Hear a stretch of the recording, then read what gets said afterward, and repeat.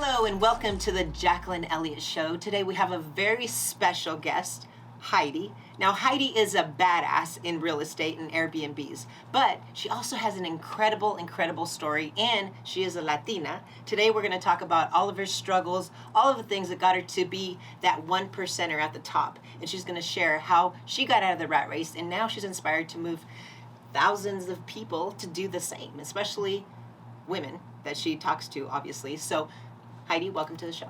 Thank you so much, Jacqueline, for having me. It's a pleasure to be here today and to share my story and to inspire other people to do the same thing that I've been doing for the past 7 years. Yes. Now, today we were talking, obviously behind the scenes a little bit about your incredible story, and I think you and I are very similar in a lot of different ways, which is really cool. Now, before you kind of got into this journey and everything, you have an incredible journey. You were telling me about your childhood. You're, a middle child, and you're Hispanic, and then you also have a Korean father, and how that kind of meshed together. You were kind of like the rebel in the family a little bit, and how that. I mean, it's crazy how a lot of successful people have different journeys that they go through and a lot of pain and struggles. But in your case, you kind of rebelled against your family to kind of build your dreams. Tell us a little bit about that. Wow. I mean, just thinking back, I was 17 when I left my house, and I've never been more scared in my life than the day that I left. And that actually just made me lose fear of fear itself. Mm-hmm. So, I mean, now when I'm doing a new business or I'm going out and just doing like the leap of faith, like I always think back that it's like, I mean, it's not going to be as scary as when I left my house at 17, so it can't be that bad, and so that has really pushed me to just do whatever I want to pursue, if there's something new that I want to do. And so growing up with a multicultural family was also really hard, because we had so many things at the same time happening. And my mom's Mexican, my dad's Korean, and so we had to figure out like who are we following. And when it comes to religion, like that's also something that what is the culture that we're following, what is the religion that we're following. And so I think at the end of the day, what was really wonderful was that my parents, because they both were so different in that way, they let us choose our own. And it wasn't like we're gonna go to church or we're gonna do this. It was like, all right, we can call it whatever you want, you can call it whatever you want, and as long as you believe and you have faith, or you know your way. Mm-hmm. And that also gave us that flexibility in really what am I following and how it is. So I started doing a lot of like the universe, and okay, like I know there's a higher being, I know there's something, I don't know what it's called, but you have the ability to think for yourself. Yes, exactly. And so that gave me a lot of self-awareness.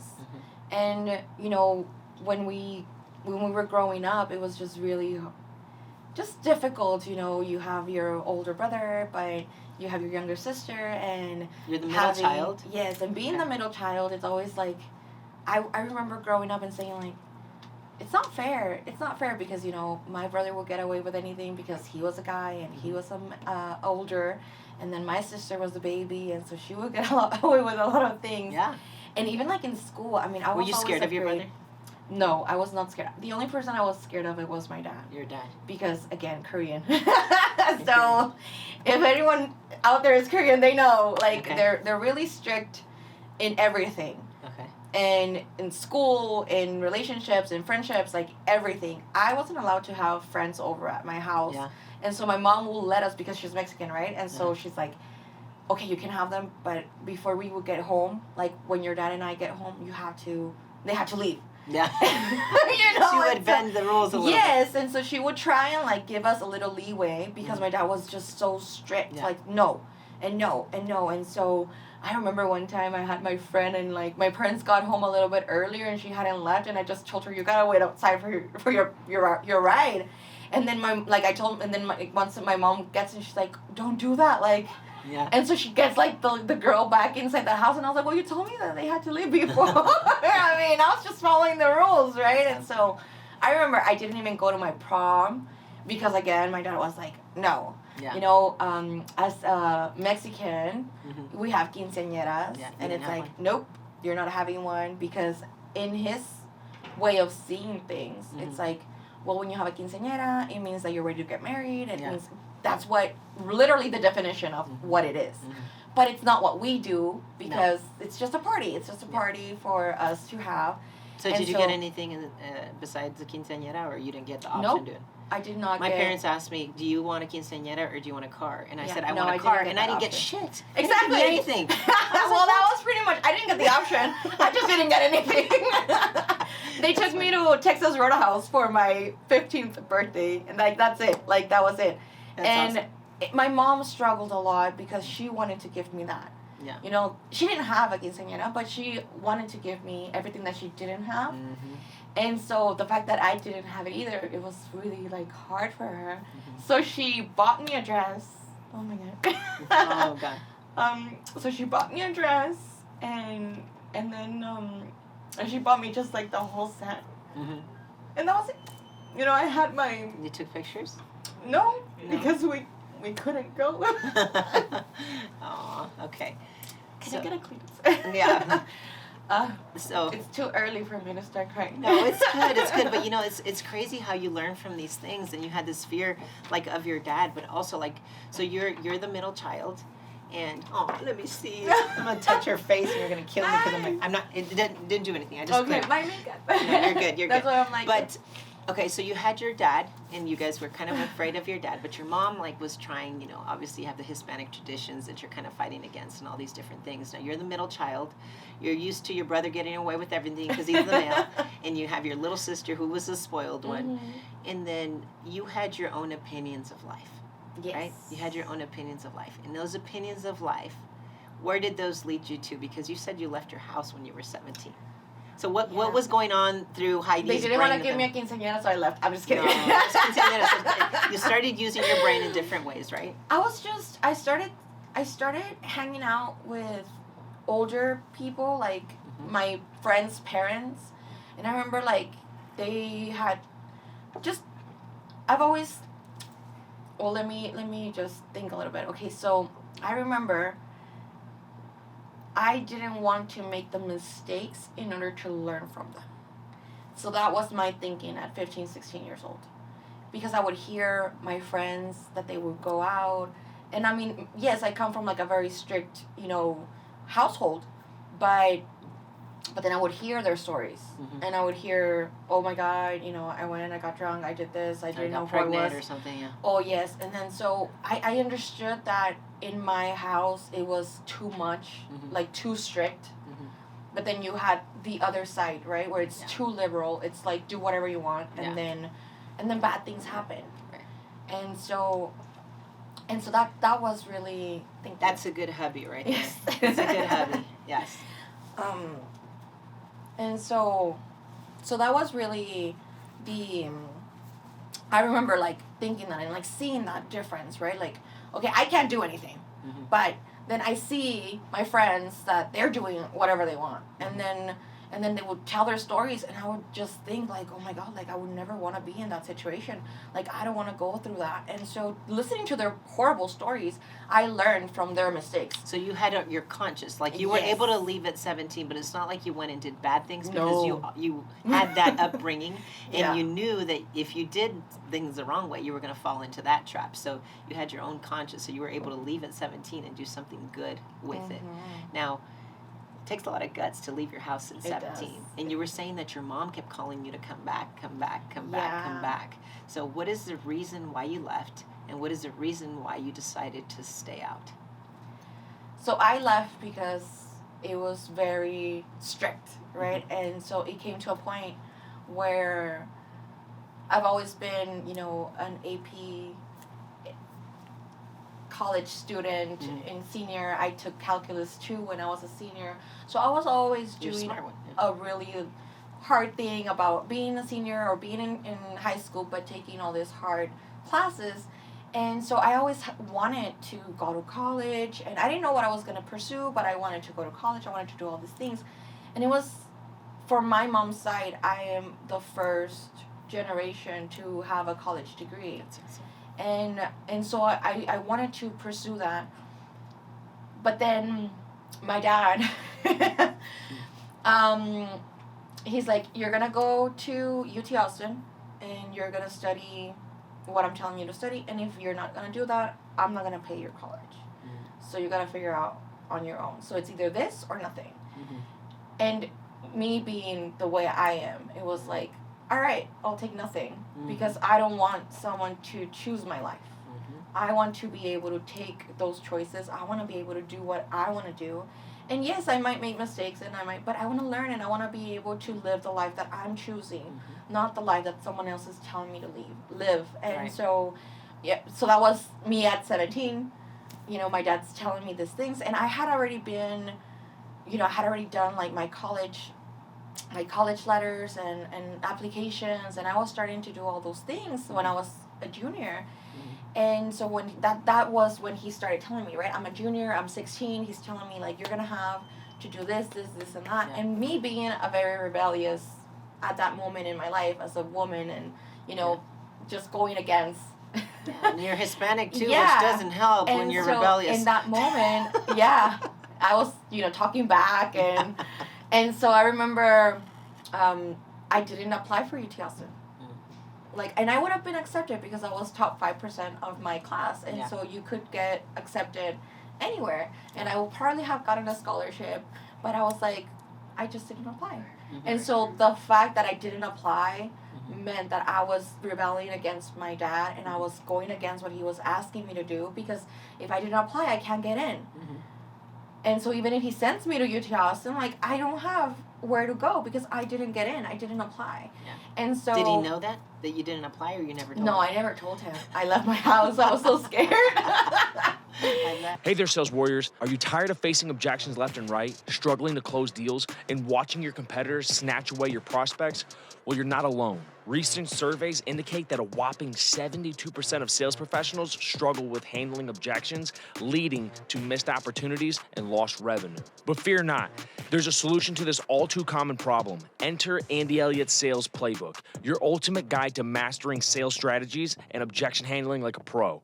Andy Elliott's Sales Playbook isn't just a collection of tips and tricks, it's a comprehensive roadmap to success, packed with actionable insights and real-world examples that you can start implementing right away. And here's the best part. Andy's Playbook isn't just for seasoned sales veterans. Whether you're a rookie looking to kickstart your career or a seasoned pro aiming to sharpen your skills, there's something for everyone in this playbook. So if you're ready to arm yourself with the knowledge and confidence you need to crush objections, close more deals, and skyrocket your sales career, don't hesitate. Click the link below to grab your copy of Andy Elliott's Sales Playbook today. Remember, success favors the prepared. Equip yourself with the tools you need to outshine the competition and become a sales powerhouse. The time to elevate your game is now. Now let's make this your best year yet. Now let's get back to the video. And so I was just like, and I told my mom, I'm like, I didn't apply. And I started getting all of this acceptance letters from Baylor and Texas Tech and, and Syracuse. And I was just getting accepted. Everywhere I applied, I was getting accepted. And my dad would just throw away my acceptance letters because he was like, that's not where you're going to go. You're going to go to UT Austin and you're going to study international business. And I was like, no, I don't want to do that. And so that was why I left. I left being rebellious and not wanting someone to tell me what to do with my life. I wanted to form my own path. I wanted to own my life. Right. And the fact that my parents had to pay for my college because I didn't have any other option, that's when I was like, what are my options? If he's not going to pay for my college because I'm not listening and I'm not going to where he's telling me to go, then what can I do? And so I went to counseling. I had, I've always been like a teacher's pet. Yeah. So people wanted to take me under their wing. People wanted to help me. And I've always had a lot of mentors in my life. And I'm so grateful for all of them. That's great. They helped me so much when I was going through all of my really hard times. And but that was the solution. They were like, you know what? You have to declare yourself homeless. Yeah. But you cannot. So you forced yourself to go homeless. Okay, people don't just do this. Okay, no, because you're trying to escape the destiny that your dad had set out for you, right? Yes. And you went and you said, hey, the only way that I'm going to be able to get through to my next level is by going homeless, the real homeless way. Yes, I right? couldn't fake it. Because couldn't if you fake it, then you get in trouble. You know, like you could get, like, it's fraud and you can't. And so my teachers told me, like, you have to declare yourself homeless, or you have to emancipate yourself. And so, you know, emancipating yourself, it's like you're divorcing your parents and you're doing, like, this whole legal thing and, like, going to court and everything. I was like, I don't want to do that. Because you're 17, right? I'm 17, yes.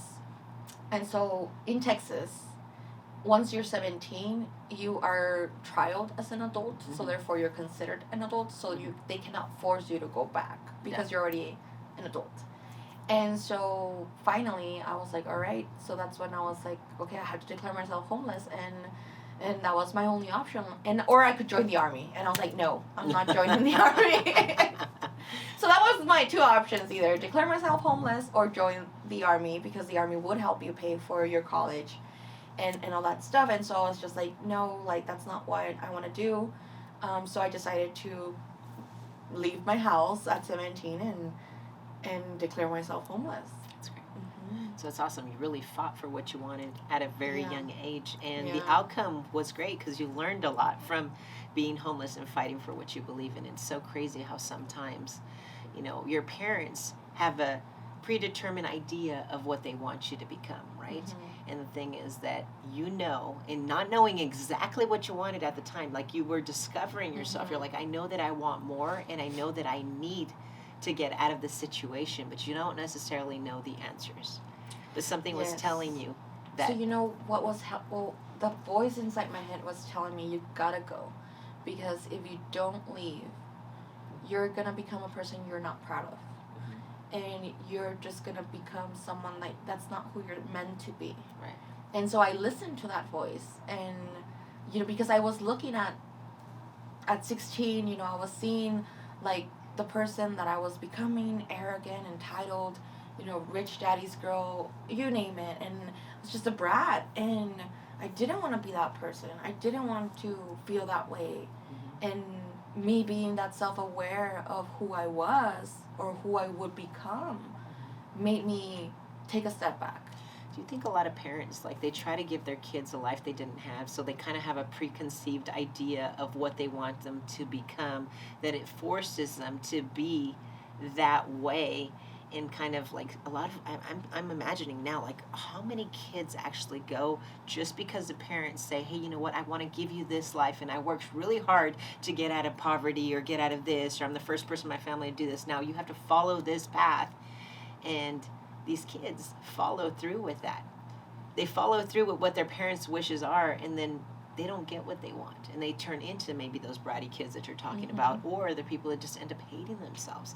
Like, I'm not saying, like, we think our parents want the best for us, but sometimes you have to say, no, this isn't for me. This is your dream. You went and did that. That's not what I want, which is exactly what you did. I did the same thing, by the way, and I had to say goodbye to my family because they didn't believe, you know, like I believed. My mom wanted me to be a news anchor for Telemundo. I did not want to do that. Okay, and it's like she never saw success like I did, so I had to say no. But the thing is that I didn't talk to my mom for a long period of time. You didn't talk to your parents for a long period of time. I didn't talk to my mom for a whole year. So from 17 for a whole year, I didn't speak to my mom. My mom will call me. And now that I'm a mom, I feel her pain. Yeah, of course. But then I didn't understand it. Yeah. And I was just, you know, like, ignoring the calls. But she would call me. Like, every week, almost every day, she would call. And I would just ignore her call. Yeah. And I remember one time I answered her call. And she was like, oh my God. You know, she was just like, oh my God, I can't believe you answered. Maybe you answered me by mistake. But, you know, I want to tell you I love you. And you can always come home. You can always come home. And I was like, yeah, Mom, no, I didn't answer you by mistake. I wanted to answer you. You know, it had already been like a year. Yeah. And I was like, I didn't want to, I wanted to answer you. I wanted to pick up the phone. And so finally, that's when I started, you know, allowing her back into my life. Every time I would go visit her at the business, every single time I would go, she would always tell me, you can come back home. And I was already at UTEP. I was already, doing my mechanical engineering degree. And I was like, no, I'm fine, Mom. I'm fine. I'm putting myself through college. I work at the university. I was a research assistant. And again, really smart, right? So, like, I was able to get a job at the college. I'm able to pay my rent. I'm getting, I have my scholarships. I'm fine. And she was like, yes, I know you're fine, but you can always come back home. And the house is always open for you whenever you want to come back home. Like, you can always come back home. And I was just like, all right, thank you. Having that option of always knowing that I could always go back. Because she never closed the door on me. Yeah.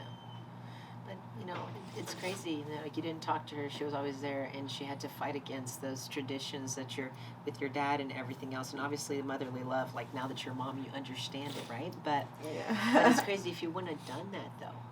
I mean, your mom, you have a daughter now. Yes. You have a daughter. And your mom is very much in your life now. Yes. And that's the reason why you're emotional. Like you said, back then you didn't think about this kind of stuff. But sometimes, those limited beliefs that people have on you, it can be very, very painful. But there's some other things that you need to go through.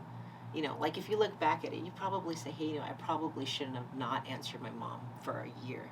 Yeah. But you also needed that recreation time to feel like, hey, you know what, I can do this. Because in one of those calls, she could have been like, hey, come home. And you probably reached a really hard time where you were homeless or whatever. You could have just doubted yourself for a minute, and you would have gone back, and you would have been stuck in it. I think that was the reason why I wouldn't answer. Yeah. Because I knew that you didn't want to get weak. Yes. And I think that's why I never picked up until I felt comfortable enough. Confident. On the point where I was living, that I had an apartment, that I didn't need a car because I got an apartment right across UTEP, and so it was really close.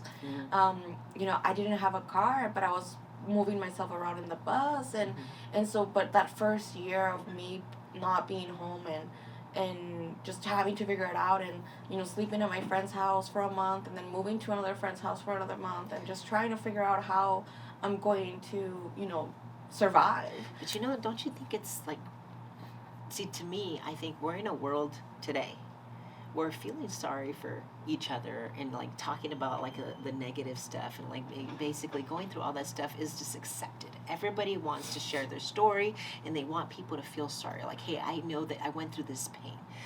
You were that's why I say we're very similar in the sense that I'm we went through sacrifices. I went through a lot of sacrifices, but I didn't talk about my sacrifices while I was going through them. I made sure that I wanted to be the one that I'm not known for hey, I feel sorry for her. She's doing this, or she had to do this, or make this sacrifice. I talk about it after so I can inspire somebody to do that, and you've already gone through that. And I had to learn that till recently, because I didn't like talking about shit like that, because I was I don't want these people thinking or feeling some type of pity toward me. That's not good. Maybe that story though now can change somebody's life. So that is really admirable to do, because that's a learned skill. If you could do it at 17, 18 years old, you were doing it. Hey, I don't want my mom to feel sorry for me. I answered when I was okay and I was set, and I don't want her to feel bad for me, because she knew that I was, if I was homeless, and she knew that I was struggling and trying to bum on people's couches or whatever it is, then she would have been like, what the heck, come home. And I probably would have gone weak, or people feel sorry for you, but you did not do that. No. How did you acquire that skill? Because a lot of people can't do it as adults. That's 40, 50-year-olds can't do it. I really believe I'm an old soul. Okay. So I'm this isn't my first time I'm doing this. But I think the main thing was just not backing out of what I had already said. And even though at 16, 17, 18 years old, I believe who I am. I trust myself. I have the confidence. And if I already said that that's going to happen, that's going to happen. Is that part of the Korean side in you? It is. Your dad is very that, isn't determined. The determination. It's that's what it is, and that's how it's going to go. And literally, every single time I speak, that's how it is. And it happens because we have to know that what you're saying to yourself, how you're speaking to yourself, and that's what you're putting out to the universe for it to happen. But if we're always, talking negative and or listening to the naysayers or listening to bad things, well, that's what's gonna come true. And so very young in my life, I just realized that I have to know and understand the power of what I'm thinking. Your commitments, your word. And so, and if I say what's gonna happen, I stick to it. And I remember there were some times where I was like, I shouldn't have done that, but I'm gonna go through it because I already said I was gonna go through it. Yeah. I couldn't quit. I couldn't say, you know what, never mind. I got scared. I'm not gonna do it no more. Like, it wasn't in my DNA. It was just not something that I could do or say. And so when you realize that, when you're like, really, have honor and take value on your word and what you're saying. Totally. So I think that's what really is the big difference. That it's like so many times people say they're gonna do something and they don't do it. We talk about it all the time. People that actually make commitments and that follow through with their word are successful. Mm-hmm. Doesn't matter if you make mistakes, because mistakes are meant to happen. Yeah. Like, you learn from them and you go forward. But most people, like, we talk about this all the time. Would you ever be in a relationship with somebody that constantly lies to you? And like, no. Well, what if you're lying to yourself? What if you're going back on your own word? What does that mean? Who are you to yourself? How do you view yourself? Do you give up on a goal? Do you have to lower your standards? Like, what is it? So it's good that you did that. Now, fast forward all of this stuff from your childhood. Okay, now you have your wonderful husband who's a great man. He's sitting right over here, and he's amazing with you. Like, one of the struggles that I had, okay, and I don't know if you had the same thing, because a lot of people, like, I was very driven. I took care of myself at a very young age. I felt like I did not need a man because I was so independent and I was so driven and I had my own assets and all this other stuff, and I went through all these different struggles that it was really hard for me to meet my match. In fact, when I met Andy, I was like, basically, like, I don't need you. Like, I take care of myself, all this stuff. Did you go through any of that before you guys got, like, really, like, serious and close? Yes. So I was exactly that. Like, I'm not looking for anyone. I put myself through college. I worked my way through college. Everything I've done it on my own. Like, I'm not looking for a relationship. I'm not looking for anyone. I don't need just you. I just want to have fun. And I remember we met because we met at the university when I was just a freshman. But we didn't reconnect until I was doing my master's. So I have my master's in systems engineering. And so after I finished my mechanical engineering, I immediately did my master's, and I finished it in a year. And so during that year that I was doing my master's, we reconnected because I wanted to learn how to dance. And I wanted to learn how to dance salsa. You're a dancer? Yes. Look and at that. So it's just, it's meant to be, because he had already taken lessons for the past 2 years. So he was already a great dancer. And when I reached out to him, because he would always... I want to get you guys dancing. Yes, we can definitely dance. Play some music. And so once we finally got to that point where I was like, hey, you know what? I always see that you're posting and that you're saying that about... So I want to learn. So he immediately brought me into the group of the salsa and everything. And so we reconnected that way. But it was the fact that he wasn't looking for a relationship. I was not looking for a relationship. I had gotten a job offer in Silicon Valley while I was doing my master's. So I already knew that I was leaving. Did you move to California? He moved after me. Yeah. So I moved to California, and 2 weeks after he moved out there with me. What part of California? San Jose? San Jose, yeah. I was in Sunnyvale, California. Yeah. And so when I had that job offer, like, we started dating because I started dancing because I got that job offer, and I was like, oh, I want to learn, I want to, like, be able to go out and everything, and because I'd never done that. Before I got the job offer to go to Silicon Valley, I had been a very strict person to myself because that's how I was brought up to be. Yeah. And so I really wouldn't drink. I really wouldn't go out. I was always just, work, school, really putting myself out there, really putting myself through all of the things that I had to do. And I would just work. I would just go to school. And so I had a few relationships, but I was just very, very, very strict with myself about, like, I have to make sure that I finish my career. I have to make sure I get a good job offer. And yes, I could always go back to my parents, but I wanted to prove myself. I wanted to make sure that I knew who I was and that I was able to do all these things.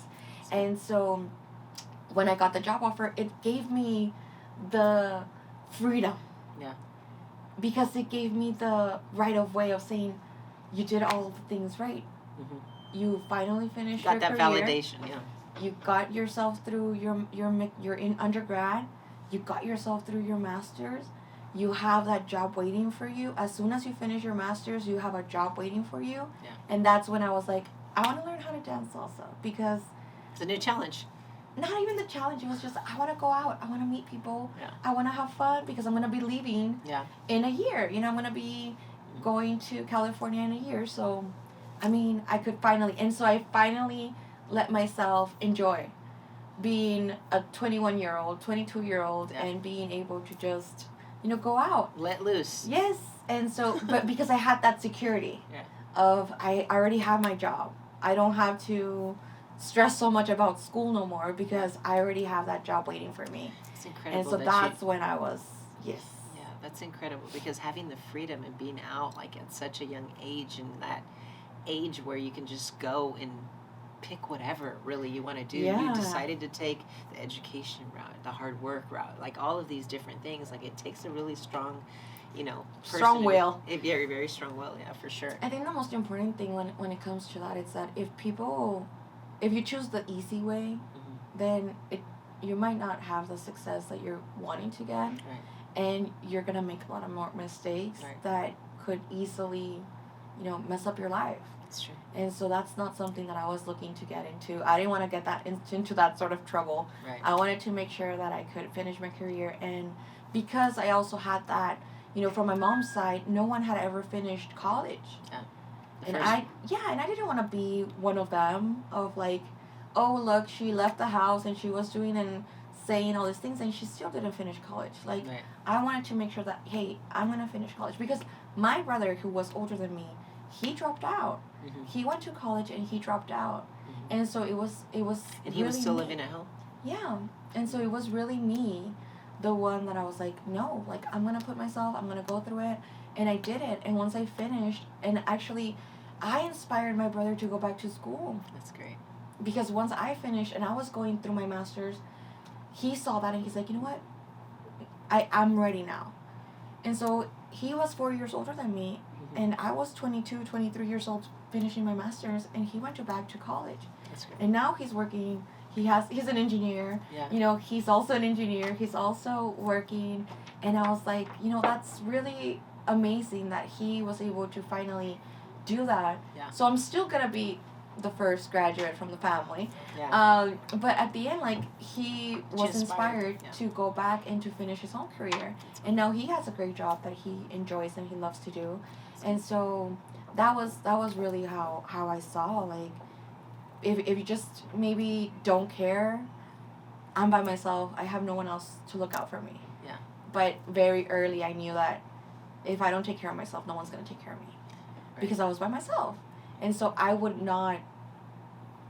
wait for someone to take care of me. If I would go out, I would get myself home. Yeah. I wasn't going to put myself in a position where Yeah. I had to be taken care of. Well, you had a good conscience too. Like your parents did something right. Yes. You know, they did do something right. Even though you're like, oh, I hate that my dad was so strict. I hate Yes. that my mom, you know, doesn't stand up for me. All these different things, like they really, really hit you in the right places to make you who you are today. Now that you're like in this business with this Airbnb stuff and everything you got going on, what inspired you to start that? Or how did that start going? How did you get into the real estate? My dad. Okay. So See, there's bits and pieces Yes. in family that like we rebel and then we all come back together. yes, I mean, you know, when we're 15, 16, we're always going to rebel. Yeah. I mean, some just a little crazier than others. Yeah. But my dad actually, you know, we got married, and my dad asked me, he's like, you know, I want to retire. I want to retire in like 2 to 3 years. Mhm. And so, you know, for your parents to choose you, I was the middle child again, you know, they could have gone to my brother, and they didn't. Like, they went to me, and my dad's like, you know, how can I retire in 2 to 3 years? Do you have any ideas? What could we do? I trusted you. And they trusted me with that, and I was like, have you heard about Airbnb? And we could do that. We had a couple of rental units. Well, my parents had rental units, and I told them, you know, we could start remodeling them, we can start DIYing them, and we can put them on Airbnb, and then we'll see what happens. Yeah. And so my husband and I, we took this job with my parents as doing DIY and fixing up those rental units. And they also, as a newly married couple, they let us stay at one of the rental units because we didn't have anywhere else to go, right? And so we would live at one of the rental units. We were like property management, and we would fix them up. And so I think when I started, before, my parents were just charging like $300 for like per month on those apartments. Like, it was really cheap because they were in really bad shape. And so once we started remodeling them and DIYing, it was just me and my husband. Yeah. And so then you can swing a hammer and do all that stuff. that back then, not anymore. She's like, I'll bring my hands now. now I have a construction company that can do that. But yes, I mean, I would do the painting. I would do all of the easier things, and then my husband would replace the floors and do the plumbing and, you know, all those tile and everything. But at me, I was always the one getting all the material, and you're so picking everything up. Yes, I would have to go in. Everybody knew me at the hardware stores because it was always me picking up all the material, all the tile, the laminate flooring, and everything. And so it took us a whole year and a half to finish remodeling like the rental units. The first one, it took us 3 months to finish the first one, and once we finished the first one, we put it on Airbnb, and it started getting booked. But now that's like you started with something at a really small scale. Now you have over 50 of them. Yes. Over 50 of them. Yes. That's not little for Airbnb. No, it's not. Everybody. So I'm actually, because it's not little, it's a funny story. When I started going to like the networking events at El Paso, people started introducing me as the Airbnb queen. Yeah. Because they're like, oh, like who else has that many Airbnbs? Right. And in that moment, we were also fighting for fair regulations. Right. And so I was really like the leader of, we can't let them do this to us and everything. And so I earned that, you know, moniker of like saying, you're the Airbnb queen. And I was like it really took me off, like, surprised. You're like, I have a degree and I'm an Airbnb queen. Yes, like, correct. What is this? I was like, I'm an engineer. You know, I'm an engineer. But then I was like, oh, I love that. Yeah. Like, I love it. You know, I owned it. And after Airbnb pays the bills. Yes, exactly. And so, I mean, after people started introducing me as Airbnb queen and everything, and I was like, I like the sound of that. I'm just going to own that title. Yeah, for sure. And so, Hey there, sales warriors. Are you tired of facing objections left and right, struggling to close deals, and watching your competitors snatch away your prospects? Well, you're not alone. Recent surveys indicate that a whopping 72% of sales professionals struggle with handling objections, leading to missed opportunities and lost revenue. But fear not, there's a solution to this all too common problem. Enter Andy Elliott's Sales Playbook, your ultimate guide to mastering sales strategies and objection handling like a pro. Andy Elliott's Sales Playbook isn't just a collection of tips and tricks, it's a comprehensive roadmap to success, packed with actionable insights and real-world examples that you can start implementing right away. And here's the best part. Andy's Playbook isn't just for seasoned sales veterans. Whether you're a rookie looking to kickstart your career or a seasoned pro aiming to sharpen your skills, there's something for everyone in this playbook. So if you're ready to arm yourself with the knowledge and confidence you need to crush objections, close more deals, and skyrocket your sales career, don't hesitate. Click the link below to grab your copy of Andy Elliott's Sales Playbook today. Remember, success favors the prepared. Equip yourself with the tools you need to outshine the competition and become a sales powerhouse. The time to elevate your game is now. Now let's make this your best year yet. Now let's get back to the video.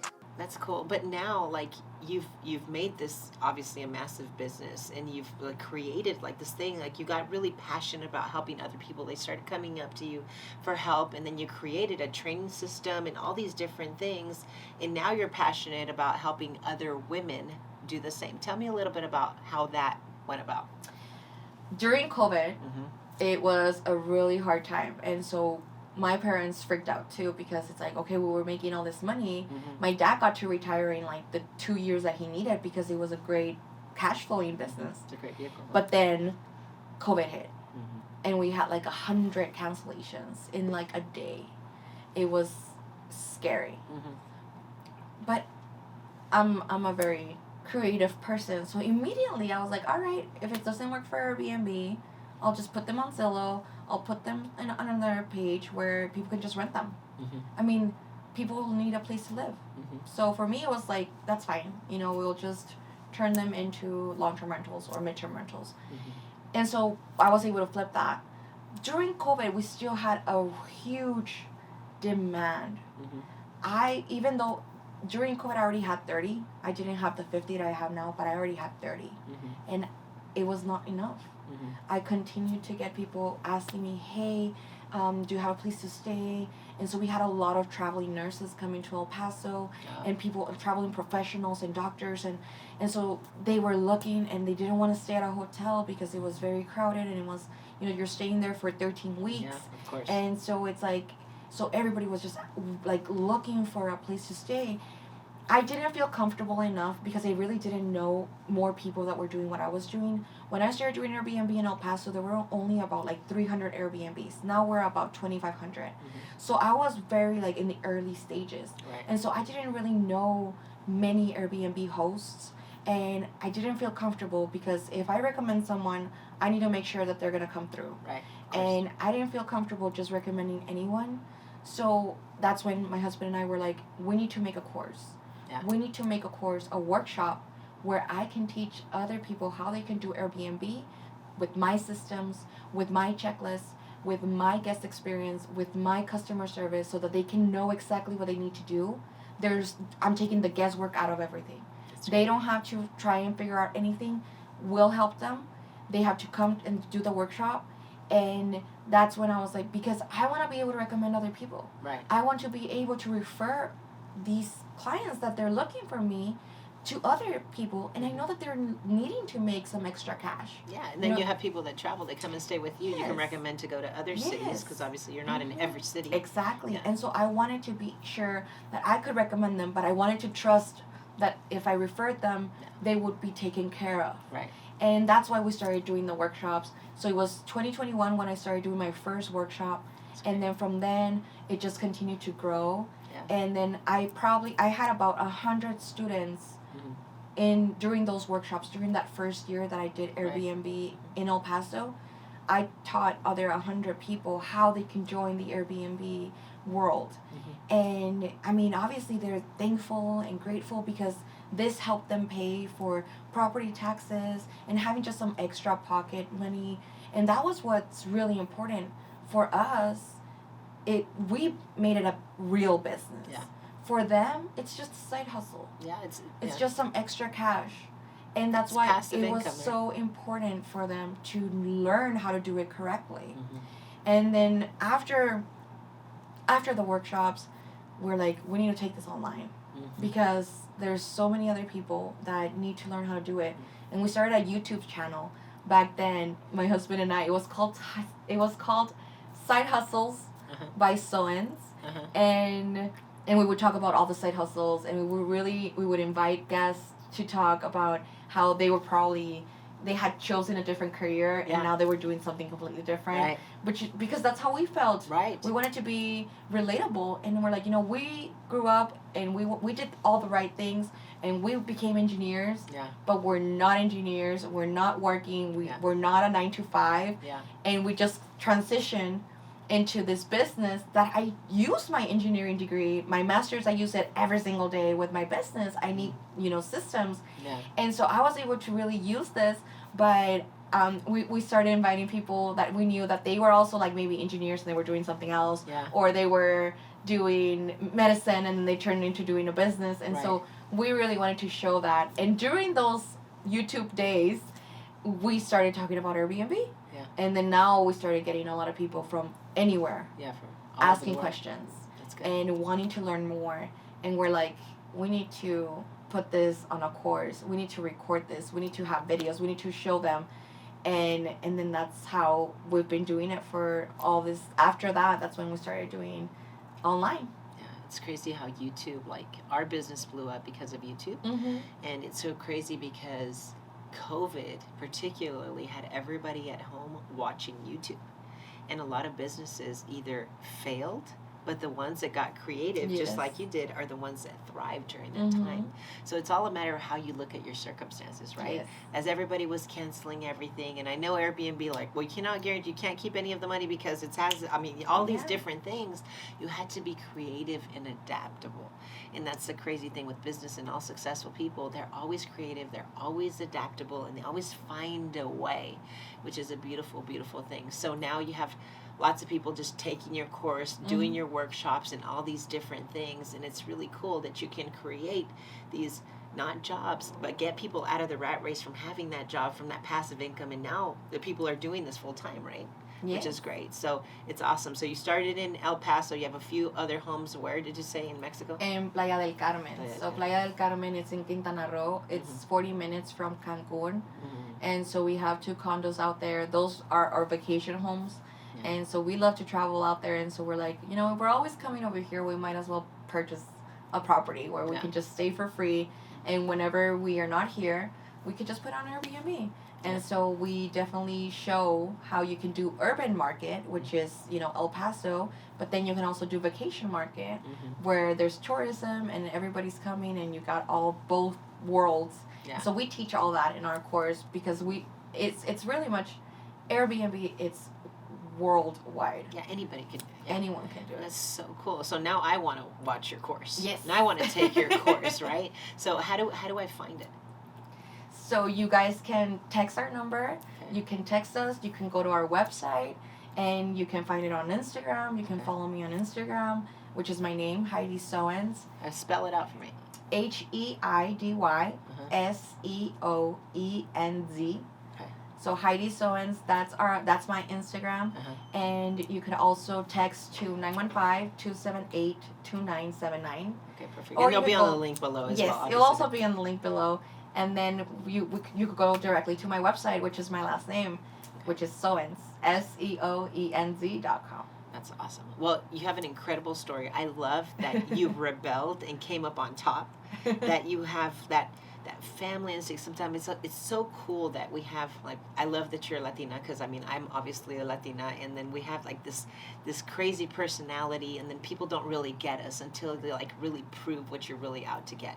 So I think that your voice and you really coming out here and telling everybody like, hey, you know what, like I fought for what I believed in, and I did not let anybody like mess with this because I believed in myself. So your story is just incredible. Not only are you incredible in your journey, in your heart, I can see your heart, and you wear it on your sleeve. So I'm sure that your course and everything you're doing for people has a good meaning. You're a good wife. I met your husband, and you were telling me about your daughter, and now the relationship that you have with your mom and your parents. I mean, it's just incredible. So thank you so much for sharing your story with me, for shedding some tears and trusting me to do that. And I'm like super, super excited. I know that I'm going to go check out your course, and I really want to learn more about the Airbnb stuff. We have properties, but I've never really gotten into Airbnb. But it's about time. It's a time to start getting into Airbnb. Yes, for sure. So thank you so much, Heidy, and we're going to go kick some ass. Yes. Thank you so much, Jacqueline, for having me and for letting me be vulnerable with you, because I felt really comfortable in order to be out here crying. I'm a very strong, independent woman. Don't let those tears fool you. It's like, don't let those tears fool you. No, it's good though. But it's good to be vulnerable and wear your heart on your sleeve, and also be a badass woman, because a lot of people don't do that. They're thinking like, hey, I have to be hard, I have to be strong, I have to be this way. And the thing is, like, especially with the directness that comes from the Latinas, you know, we can be direct and we can say what we mean, but if your heart's not behind it, I would say, if your heart's not behind it, you're just the bitch. You know, if your heart's behind it, then that's what makes a difference. You care, and you mean good, and you want to share that goodness with others, and that's why it's so important. And I love that you shared your heart and you were vulnerable, because it shows that other side of you, and that's what people really do. I mean, successful people have to have that vulnerability and to inspire other people, and they can relate to them. So thank you again. You're awesome. Come give me a hug. You're great. That's good.